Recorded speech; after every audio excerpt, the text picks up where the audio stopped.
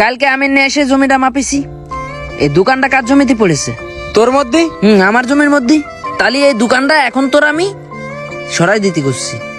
আমি বেকার মানুষ, আমি এখানে একটা দোকান দেবো, ব্যবসা বাণিজ্য করে খাবো। তুই এখন কি ভালোই ভালো দোকানটা সরাবি? আমি ইট বালি খরচ করে দোকান করেছি কি ভেঙে ফেলার জন্য? আজ থেকে 15 বছর আগে যখন দোকানটা করিলাম তখন তুই কোন ছিলি? তখন এসে মাপতে পারলি না? আমারও তো সেম কথা, তখন তুই কোনে ছিলি? তুই জায়গাটা মাইপে তারপর দোকান করতে পারলি না? দোকান তো জায়গার ভিতরে চলে গেছে, এটা আমি মানে নিলাম। এখন তোর কয় টাকা লাগবে বল, আমি কিনে নেবো তোর এই জায়গা।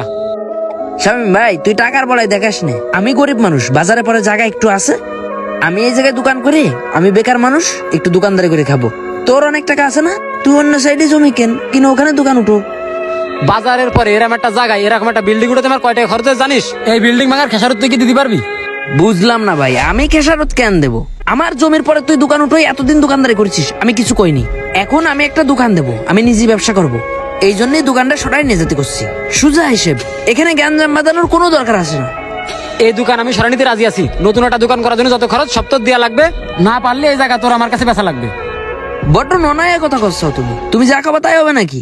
আমার জমির পরে দোকান, তোমার ভালোই ভালো সরাই নিতে করছি, সরাই নাও। নাহলে এই দোকানের সামনে দাঁড়ালাম, তুমি পারলে দোকান খুলে নে। এত বড় কথা? হ্যাঁ, এত বড় কথা। তুই এখানে থাক, আমি আসতেছি। তুই নাহলে আমার সব গুঁড়ো করে দেবো। যাও। ক্ষমতা দেখাতে আইছে, আপনাদের জমি ভোগ দখল করে খাচ্ছে এবং আপনাদেরকে শাসিয়ে যাচ্ছে। এমন কি কারোর সাথে ঘটেছে? হ্যালো রহমান ভাই। হ্যাঁ বল, কি হয়েছে? ওই লিটন আমার দোকান খুলতে দিচ্ছে না। দোকান ওর জায়গায় চলে গেছে, এখনো আমার দোকান খুলতে দিচ্ছে না। হ্যাঁ বুঝলাম, তা এখন কি করতে পারি বল? আর খরচা আছে তো। আচ্ছা ঠিক আছে, ওই দোকান কি করে আমার থাকবে সেই ব্যবস্থা তোরা করে দিবি। যত টাকা লাগবে সব আমি দেবো। ঠিক আছে, তাহলে বেরোচ্ছি। আচ্ছা ঠিক আছে, ব্যস্ত হয় পোলাপান নিয়ে। আচ্ছা, আসতেছি, রাখ। আচ্ছা রাখলাম। Stop.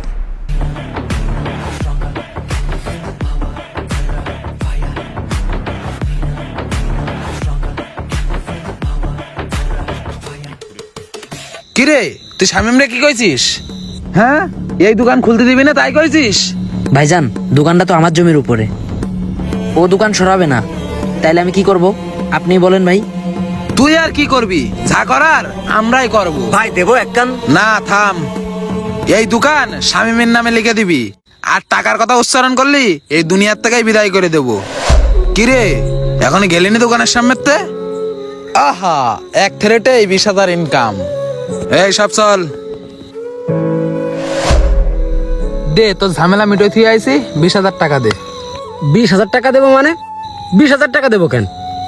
তা তো ঝামেলা মিটোই দিছি, 20,000 টাকা দিবি না? তাই বলে 20,000 টাকা? কেন, তুই না বললি তোর যত টাকা খরচ হবে হোক, তুই ঝামেলা মিটাই দে। বলিছি সেই হিসেবে চা বিস্কুট খেয়ে যাবি দোকানে এসে, তাই বলে 20,000 টাকা দাবি করতেছিস? হ্যাঁ, তা তুই দিবি না? ছেলে পেলে নিয়ে গেছি, ওদের একটা খরচ আছে না? আর আমি কি যেখানে সেখানে যাই? তুই আমার টাকার লোভ দাঁড়াইছিস, তাই যে আমি হুমকি দিয়ে আইছি। তুই বলেছিস দেখেই কিন্তু আমি গেছি। এই যা বলিছি আর বলবার না, তোর আমার আর কোনো উপকার আশা লাগবে না। তুই ওরা যে হুমকি দিয়েছিস, মেম্বার কাকা এখন উল্টো আমারে ডাকতেছে। আল্লাহ জানে কি হয়।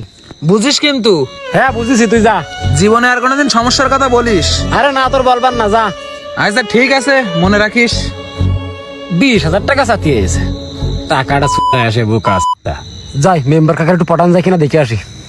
সবই তো শুনলেন, আমার ছোট বার কি দোষ সেটা আপনি বলেন। সবই তো শুনলাম আর ভাবে চিন্তে দেখলাম, এর তো কোনো দোষই পাচ্ছি না। সবই তো আমার ভাইপোর দোষ। কাকার মতলব ভাল লাগতেন না।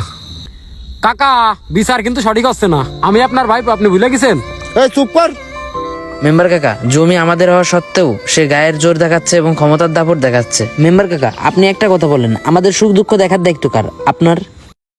এখন আপনার ভাইপো গুন্ডা ভাড়া করেছে, ভাড়া করা সেই গুন্ডা আমার ওই জমির সামনে যে আমার হুমকি দিয়ে আইছে আমি যেন ওই জমি তার নামে লিখে দিই।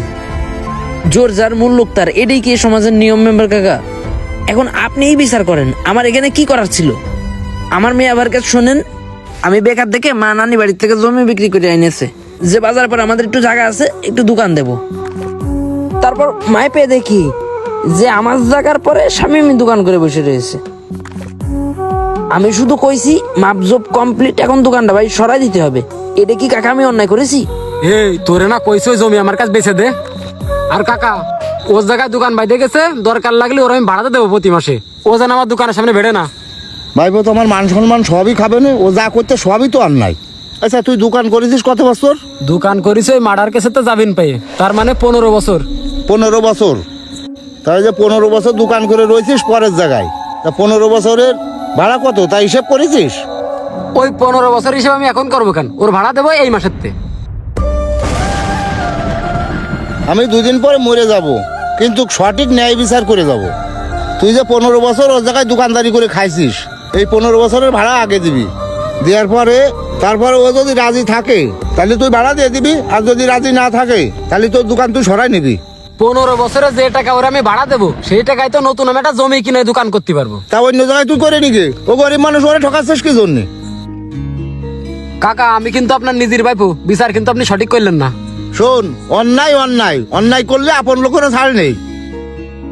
এই দোকান নিয়ে যদি ঝামেলা করিস, আমি কিন্তু বাইসে রয়েছি, আমি ছাড়বো না তোরে। আচ্ছা ঠিক আছে কাকা, আমি আপনার বিচারটা মেনে নিলাম, থাকেন গেলাম।